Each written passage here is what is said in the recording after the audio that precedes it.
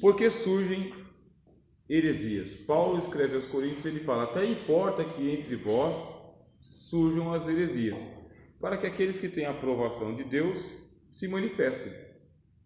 Isso aí é a ideia do apóstolo Paulo. Por que surge uma heresia? Ou porque Deus permite que surja a heresia? Deus está ensinando a verdade pelo Espírito Santo e pelas Escrituras todos os dias, mas a gente não está percebendo. Nós não estamos percebendo. Daí surge uma heresia.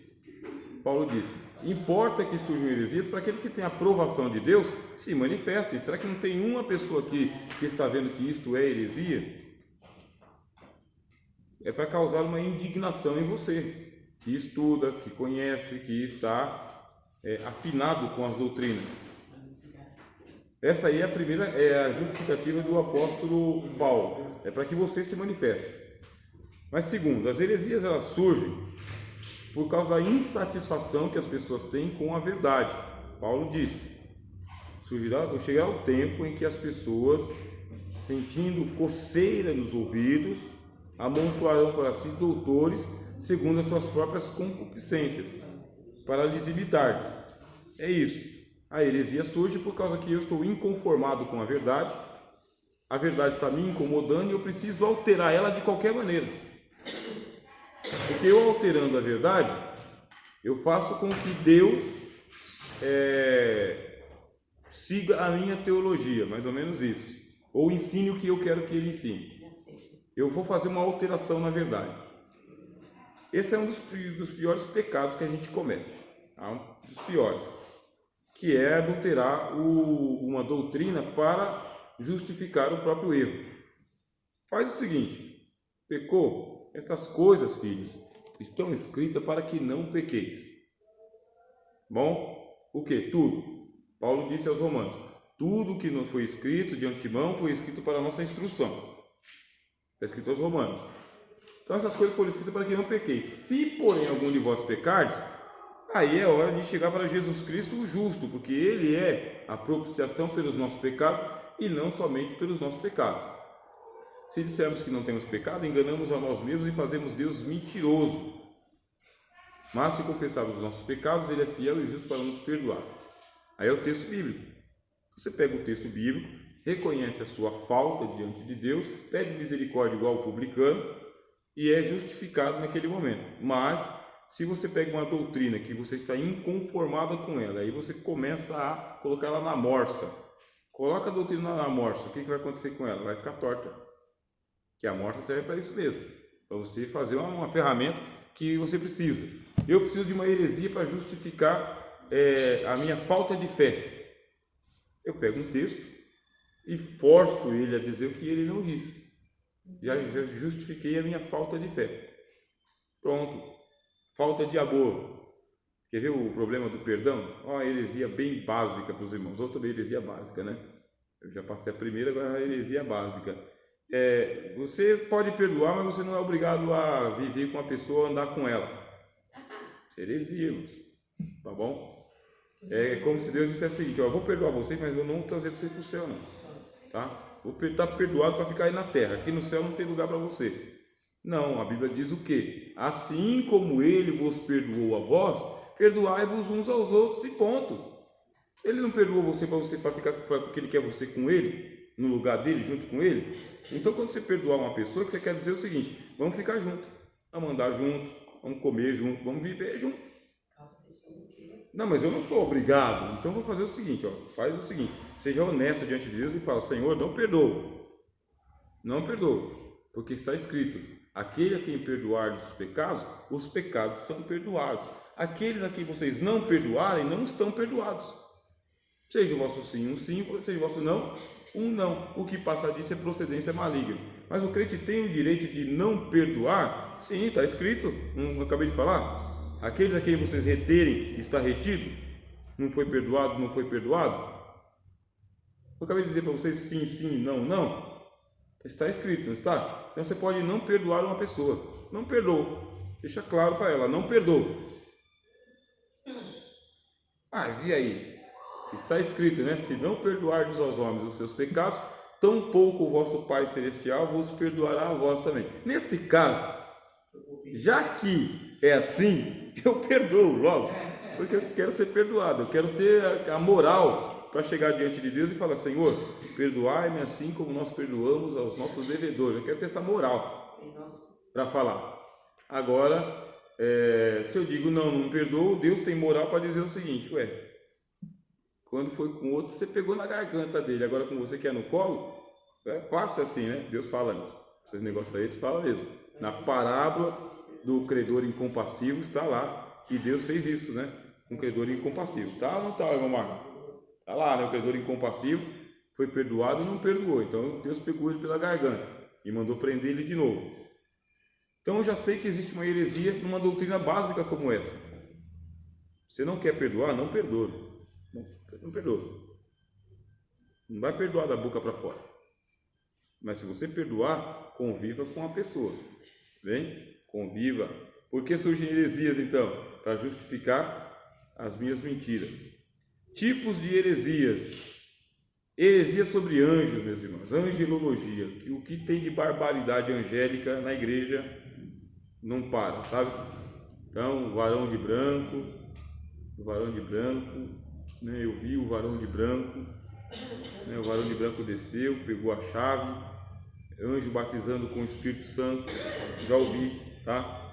Anjo batizando com o Espírito Santo, o anjo não batiza com o Espírito Santo e anjo não prega o Evangelho, tá?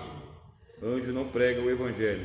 O anjo me revelou e falou sobre Jesus, isso. O anjo não prega o Evangelho.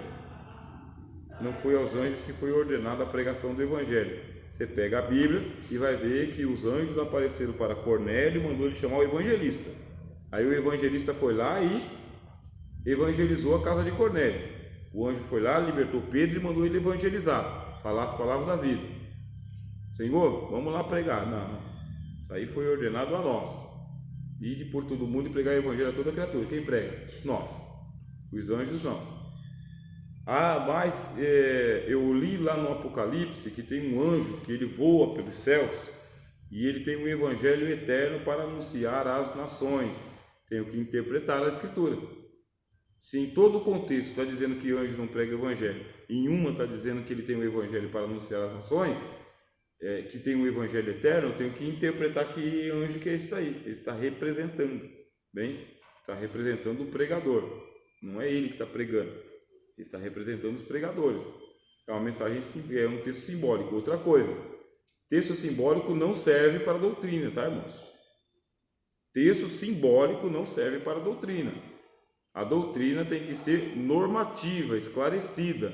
Aonde que está? Na boca de Jesus, tá bem? E na pena dos apóstolos.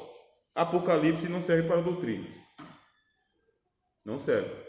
Serve para pregação, serve para o estudo, mas não serve para colocar uma doutrina de salvação para as pessoas na igreja. Não serve. As 7 cartas que foram endereçadas aos 7 pastores das igrejas tem que ser ensinada com cuidado.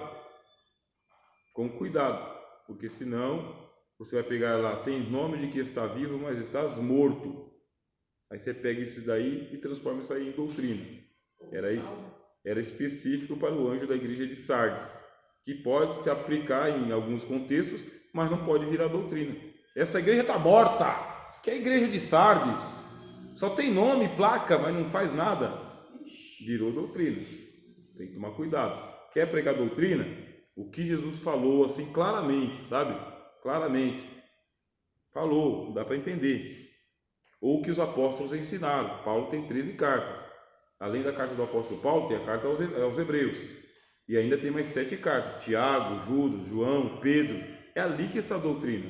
E o que Pedro ensina, você tem que ir para o restante da Bíblia para saber o que os outros ensinaram sobre a mesma coisa que Pedro. Para você ter uma doutrina. Se você tem dúvida, não explica. Está em dúvida, sai do texto. Se você está em dúvida, como você vai ensinar alguma coisa para alguém? Principalmente sobre essa turma aqui, ó. Ô pessoalzinho difícil de você falar alguma coisa. Anjo. Anjo tem estômago, irmãos? Mas anjo come. Anjo come o pão dos fortes. Os anjos comeram junto com Abraão. O anjo subiu no sacrifício de Manoá. Então, anjos comem. Anjo tem estômago. Anjo come no céu. Você vê, para que eu vou ficar falando isso aí? Para que eu vou explicar? Só no curso de teologia mesmo, né, irmãos? Só no curso. Anjo é onisciente? Anjo ouve as suas orações? Ó, que dificuldade, tá? Traz livramento? Acampa, o que significa? O anjo do Senhor acampa ao redor dos que o temem e os livra. O que significa? Né? Aos seus anjos dará ordem a teu respeito para que não tropece com o teu pé em pedra. Faz de seus ministros labaredas de fogo. O que significa? Tem que conhecer angelologia para não ir para as heresias sobre os anjos. Doutrina sobre o mundo, criação do mundo, sabe? Como que é o mundo. A cósmica daqui, ó. Como que é o céu, como que é a terra, como que é o inferno. Teve uma autora chamada Mary Baxter, escreveu um livro, A Divina Revelação do Céu e A Divina Revelação do Inferno. Ela escreveu porque ela disse que Jesus levou ela no inferno e no céu. E aí ela mostrou como que é o céu e o inferno. Nem a Bíblia fala, mas o livro dela fala.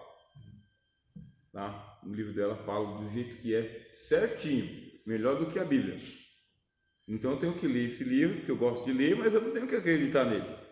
Não tenho que fazer a minha doutrina. Irmãos, de acordo com a irmã Mary Baxter, então, com a irmã Mary Baxter, porque fora isso aí você não tem mais nada.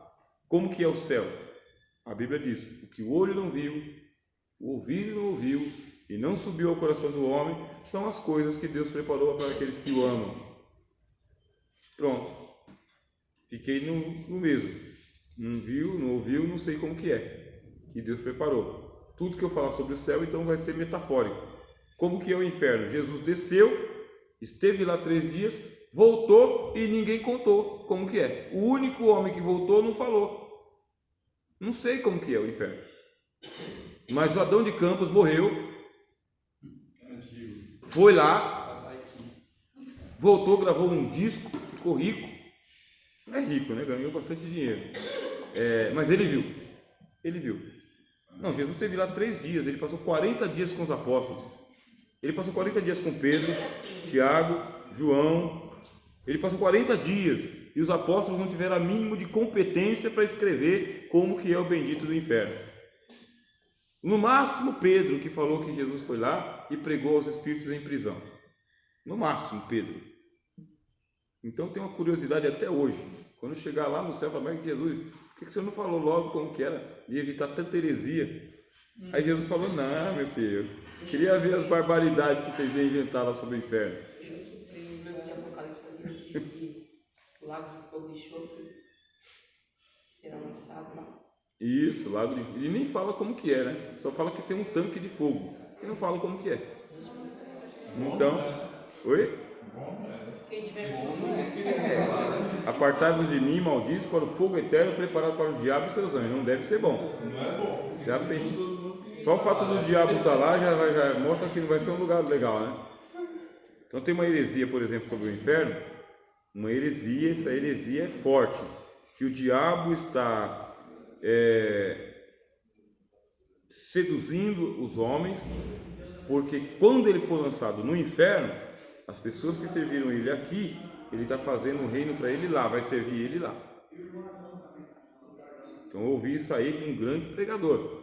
O diabo está usando de engano, porque quando você morrer, você vai servir o diabo no inferno. Isso é heresia da mais brava, meu irmão. Isso aí é uma heresia dos gregos.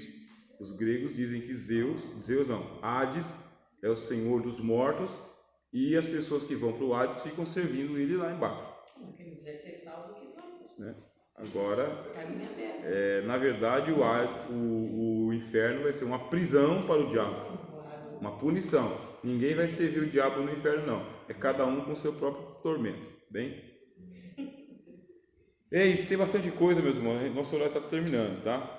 Por causa que a gente começou um pouquinho tarde, mas aí, as heresias sobre a antropologia, corpo, alma e espírito, o que é corpo, o que é alma, o que é espírito, sabe?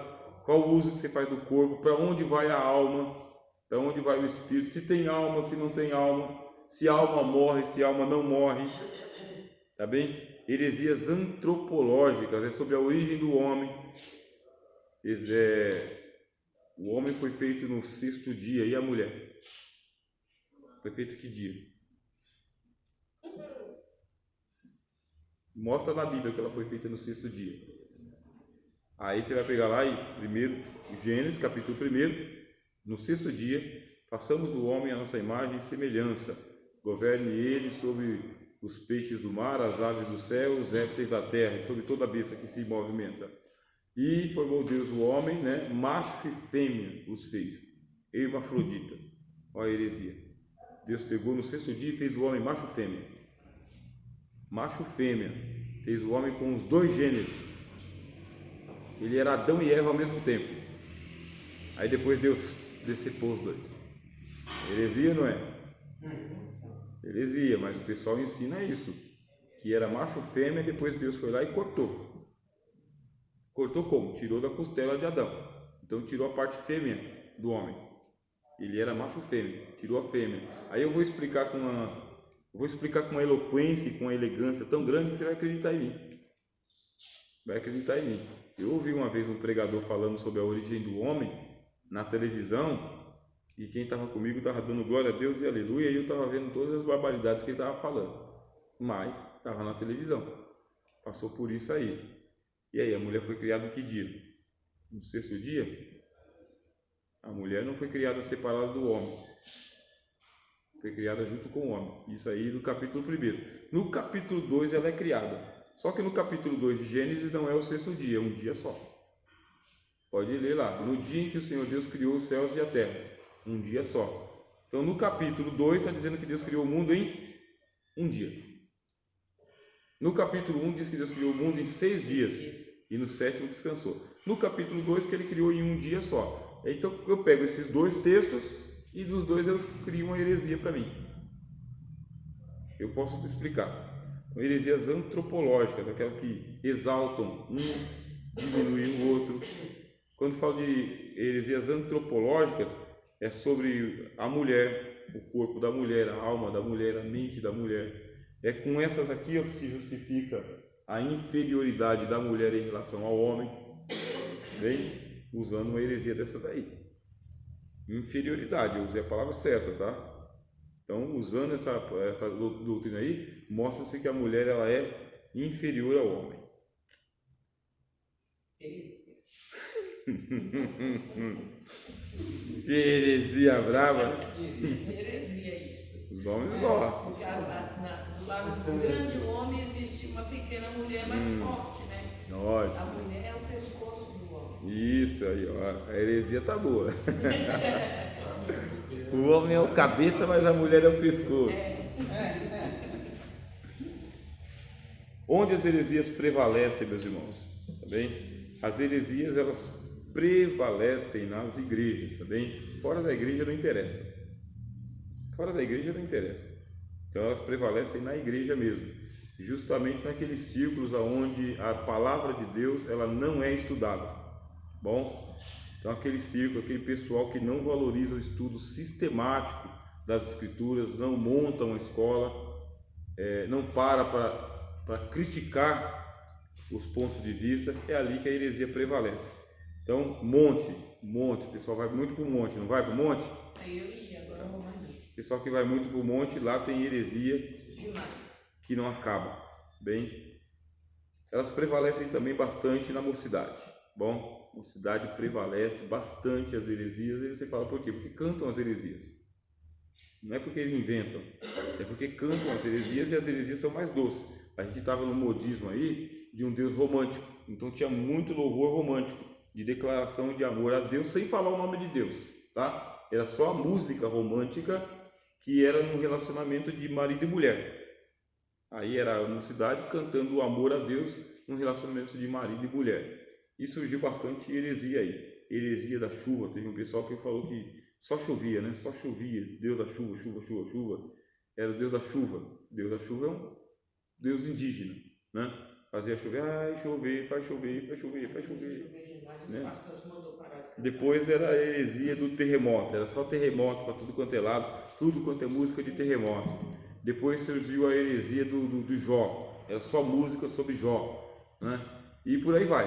Então, nos lugares onde tem muita música, a heresia prevalece bastante. Muito mesmo, tá bem?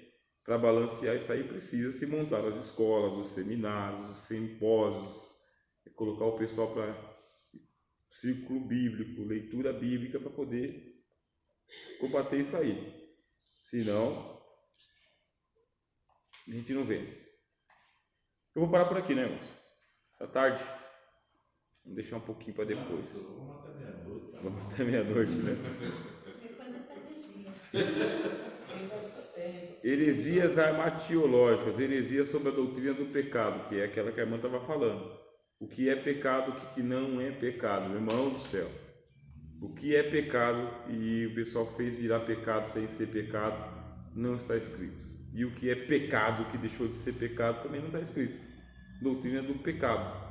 Então, precisa conhecer pelas Escrituras o que é pecado, pelas Escrituras, e o que não é pecado. Para isso aí, tem que gastar muito neurônio, mas muito neurônio, porque não é fácil. Não é fácil dizer o que é e o que não é pecado, porque o pecado ele se modaliza, para os irmãos terem ideia, ele se modifica. O pecado se atualiza. Então, o pecado ele é dinâmico.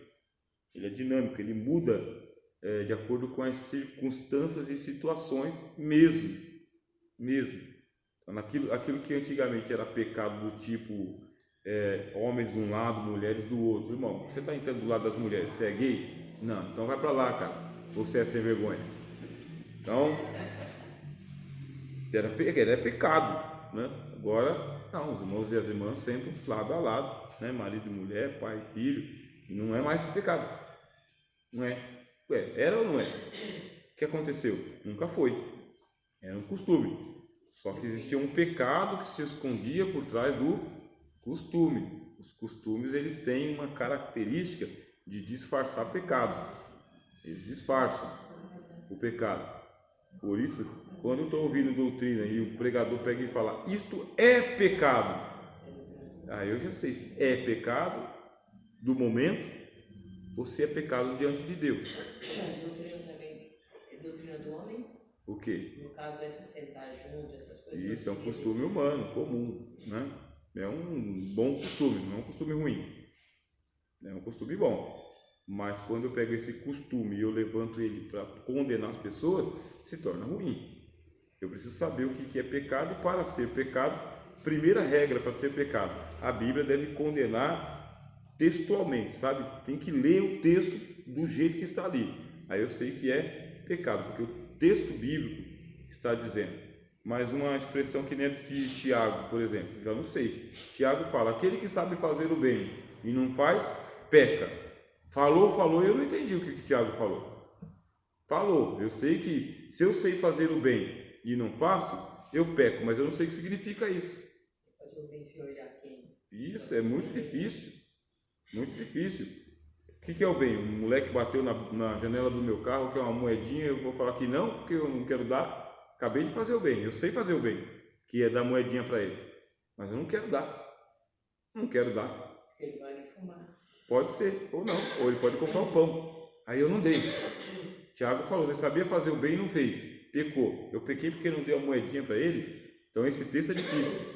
Esse texto pequenininho é difícil. E se eu sei que essa é uma doutrina difícil, o que eu vou fazer? Eu vou tratar ela com muito cuidado, para não condenar os inocentes. Palavra do Senhor Jesus. E depois de aprender, misericórdia quero e não sacrifício. Se vocês tivessem lido isso, vocês não condenariam os inocentes. Preciso tomar cuidado para não condenar aquele que já está justificado, para não salvar aquele que ainda está perdido, para não sobrecarregar aquele que já está esmagado, para não aliviar aquele que já está folgado. Tenho que tomar cuidado para minha pregação no final não tornar o pessoal culpado de um pecado que eles não têm ou livre de um pecado que eles têm. Tenho que tomar cuidado. Eu sou um pregador. Mas o senhor fica dentro da tua certeza, né? E eu, Pedro? E aí? Então. Exato. Fica dentro da do senhor e eu. Aí a senhora volta para casa com a sua consciência culpada. Então. Isso acontece. Eu vou tratar uma doutrina dessa aí, eu tenho que saber como tratar ela, por causa que é um medicamento pesado para alguém que está doente. Ou um medicamento errado para alguém que está doente. Eu tenho que aplicar a doutrina. Porque se eu não aplicar a doutrina conforme as Escrituras, eu mato alguém. Eu mato. O apóstolo Paulo falou, não, vós que sois fortes, suportai a fraqueza dos fracos, levai as cargas uns dos outros e assim cumprireis a lei de Cristo. Você come carne? Então na hora que você vai comer carne, vê se não tem alguém por perto que não come. E aí Paulo está exagerando para mim, exagerando. Mas ele falou, mas você tem que tomar cuidado por causa da consciência do teu irmão. Ou você prefere que o teu irmão se perca por causa da tua consciência? Então, é difícil, tá? É difícil. É isso aí. Heresias éticas, meus irmãos. Heresias éticas é aquela que a gente fala sobre o bem e o mal. O bem e o mal. Heresias éticas, o que deve ser feito, o que não deve ser feito, as ordens, as regras, os costumes. Heresias que falam sobre a ética. Isso não é ético, isso é antiético, isso salva, isso não salva. Vocês veem que eu não estou sendo específico. Eu não estou sendo específico justamente porque a gente tem que correr por cima da doutrina. Mas quando vocês ouvirem aquelas pregações ou aqueles ensinos do certo e do errado, por que é certo e errado? É certo uma pessoa ser denunciada por pecado diante de toda a igreja? Ou é errado? É certo o profeta apontar uma pessoa no meio da igreja? Ou é errado? É certo o pastor falar o nome de uma pessoa diante de toda a igreja? Ou é errado? Ético. É ético isso? E se fosse com você? É ético. E se eu pegar e levar isso aqui diante de um juiz, de um tribunal? O que o juiz vai dizer para mim? Podia ter feito isso ou não? Mesmo sendo em nome da instituição? Eu acho que não. Porque a instituição ela está abaixo da lei, não tem nada acima da lei. Está abaixo da lei, podou um monte de coisa aí. A pessoa é homossexual, assumido, e ele vai entrar na igreja travestido. Como que vai ter que se tratar? Pela igreja, por você. Se ele aceitar a Jesus, ele aceitou a Jesus lá com roupas de travestido, né? Como que eu vou fazer? Eu vou modificar as vestes dele, vou falar de púlpito, não vestirá o homem roupa de mulher, mulher não vestirá roupa de homem, quem faz tal é abominação perante o Senhor. Só tem ele travestido ali, só ele. E quando eu ver um obreiro com um paletó rosa em cima do púlpito, como fica? Não, você vai orar pelo ser humano. Tem obreiro que ele é afeminado, obreiro que é afeminado, que usa lencinho e que desmunheca, é obreiro. Pastor. É obreiro. Então na hora que a pessoa lá era homossexual, que ele continue, eu vou ter que modificar as vestes dele, ou ele vai poder continuar? Como que eu tenho que agir com isso aqui? Aí vem a turma da ética para moralizar a igreja. Moralizar. Isso é fora de ética também começar a botar num quadro o nome de quem exima e tal. Isso. É falta de ética, né? Então, ética. Irmãos, a partir de agora, para estimular os irmãos também, para mostrar que nós temos transparência, o nome dos dizimistas vai estar aqui no quadro. Quer dizer, então, que se eu não for dizimista, meu nome não vai estar no quadro, eu vou chamar isso aí de coação. Coação, isso é coação, está me coagindo. Isso vai vir aqui o seguinte, nós dentro da igreja tem pessoas com poder executivo legal, vai dar lá em cima e vai ficar lá embaixo, então eu vou passar constrangimento. Constrangimento, né? Uma vez o pastor queria colocar qualquer coisa, não coloca, não.